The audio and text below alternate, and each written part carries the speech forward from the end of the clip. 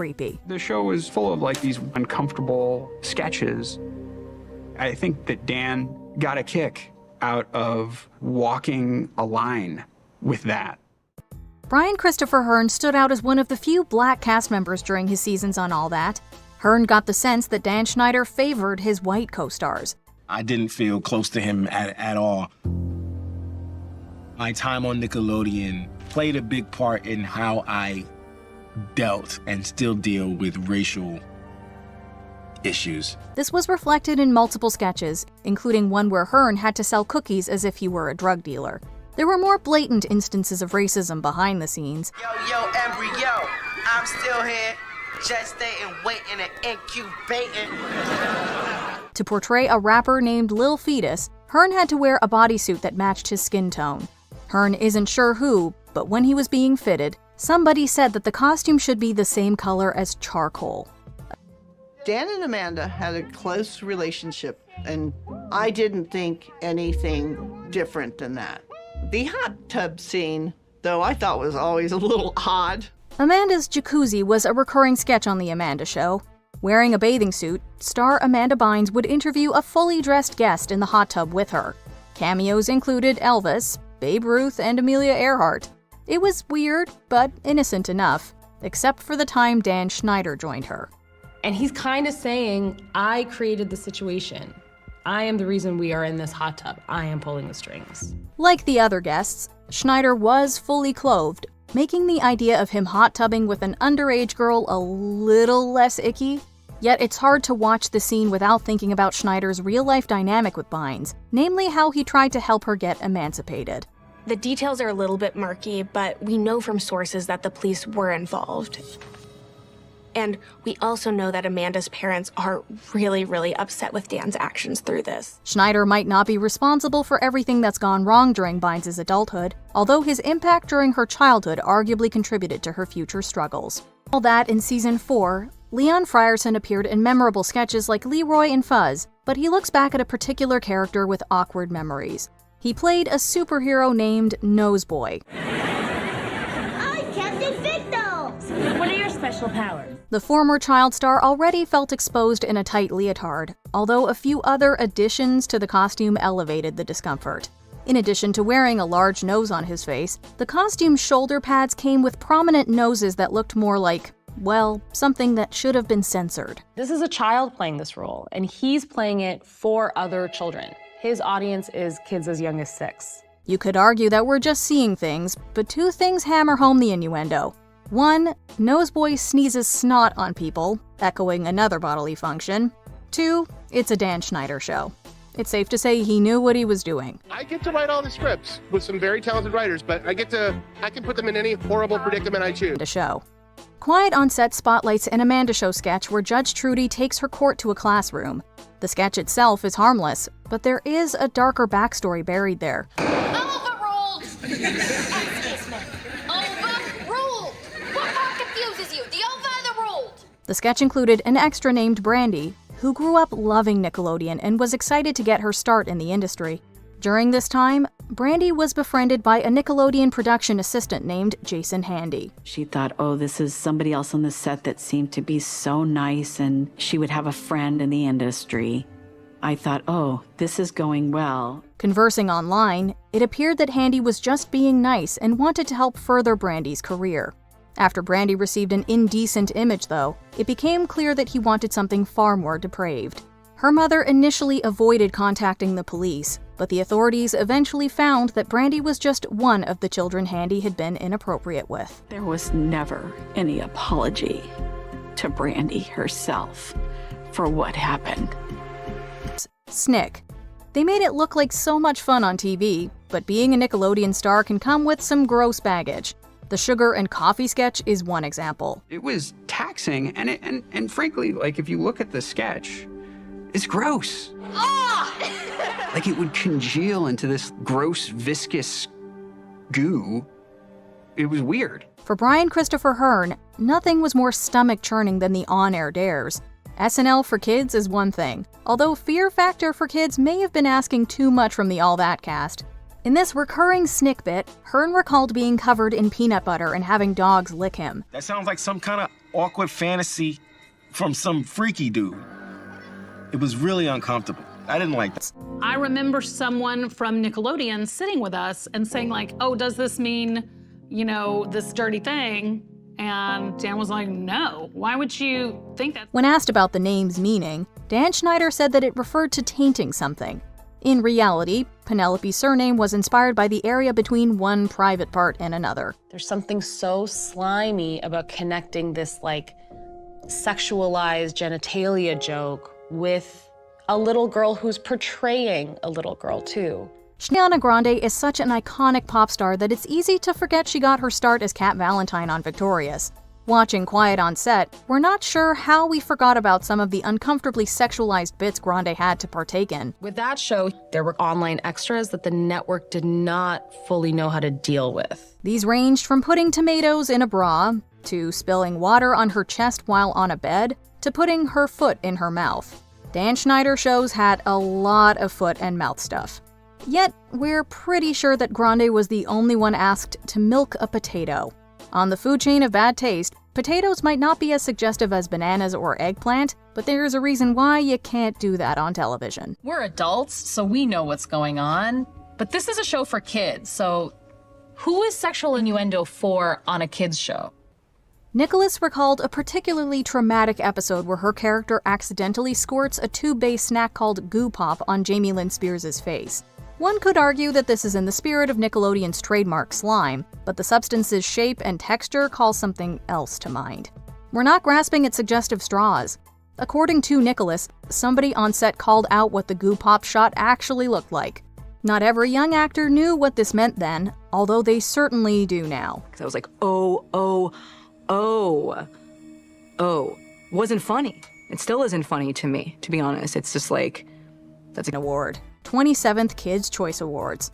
In over 30 years, the Kids' Choice Awards have given out their Lifetime Achievement Prize to two individuals, Optimus Prime and Dan Schneider. One aged better than the other. In 2014, Nickelodeon stars from the past and present gathered to honor Schneider. He is surrounded by so many different people from all the shows. They're talking about how great he is. Thank you, Dan. You're an inspiration! Speaking about how key he was to their careers. Pickle Boy, all that. Look, there's Brian Peck, aka Pickle Boy. There was something very wrong with Pickle Boy. We're not talking about the time he handed a pickle to Ray Romano through a hole, although that did push some boundaries. In addition to playing Pickle Boy, Brian Peck served as a dialogue coach on multiple Nickelodeon shows, working with young stars like Drake Bell.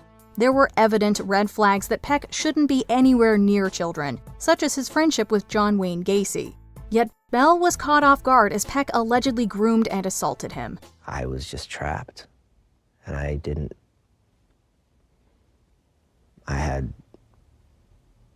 had no way out. I just opened my eyes, I woke up, and he was sexually assaulting me.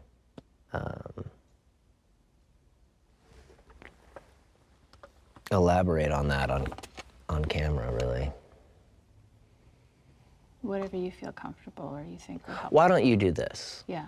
Why don't you think of the worst stuff that someone can do to somebody as a sexual assault, and that'll answer your question. Brian had planned to take me to Disneyland. I was like, this is not happening. I'm not going, no. And Brian's calling my cell phone nonstop. I was just ignoring it. Well, he started calling my girlfriend's house non-stop. I mean, over and over and over and over. Finally, her mom answered and brought it to me. And he's like, what are you doing? We had plans. People are watching me on the phone, so I just played it off as like, I must have made double plans, but I'm gonna hang here tonight. And he got really upset, and I hung up the phone, and he started calling back and calling back. My girlfriend's mom said, "Hey, Drake, can I talk to you in the kitchen for a second?" She shuts the door behind me, so it's just the two of us. She's like, "What's going on?" And I go, "Oh, yeah, Brian, we had plans." She goes, No. A 40-something-year-old man does not call my daughter's boyfriend like that. She took matters into her own hands. She called my mom. She's like, "I'm taking Drake to see our therapist tomorrow because something is going on. And we need to figure it out because it seems like he's in quite a bit of danger." One day, I was just on the phone with my mom. I just exploded. I have no idea what provoked it. I have no idea what happened, but I just screamed into the phone everything that had been happening to me. My mom immediately called the police, and within, I don't know how much time, I was sitting in the dining room of my mom's house with a few detectives and my mom being asked what happened.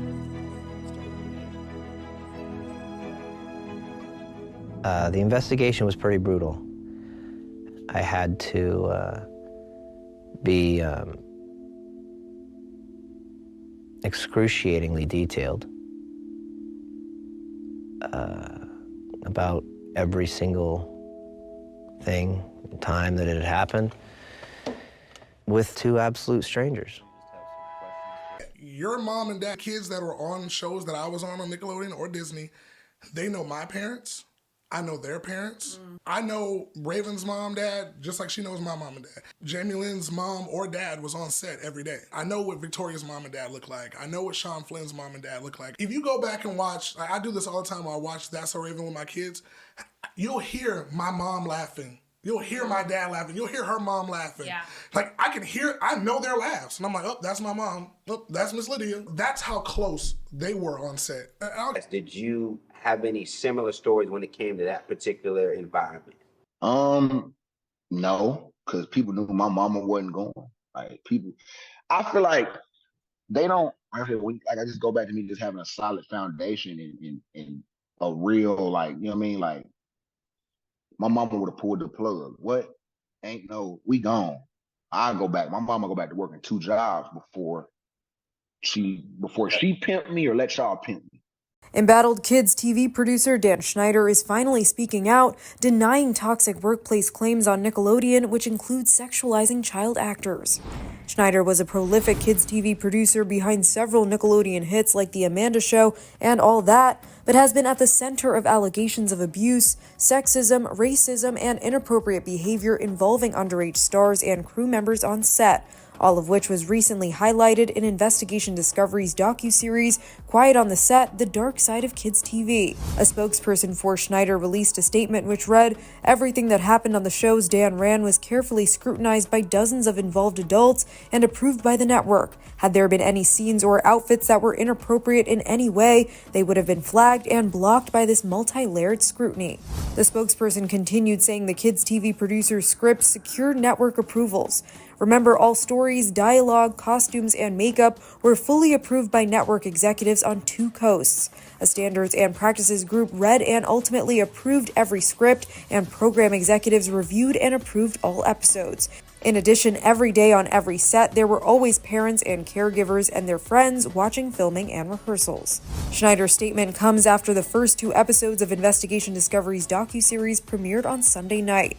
Former Drake and Josh star Drake Bell and other former child actors came forward with allegations in the docuseries, with Bell sharing his story of alleged abuse at the hands of Brian Peck, his former dialogue coach. Other allegations leveled at Schneider include that he allegedly tolerated toxic workplace conditions and that he allegedly tormented and humiliated the cast and crew on his TV sets. Working for Dan was like being in an abusive relationship. For more on the story, head to thr.com.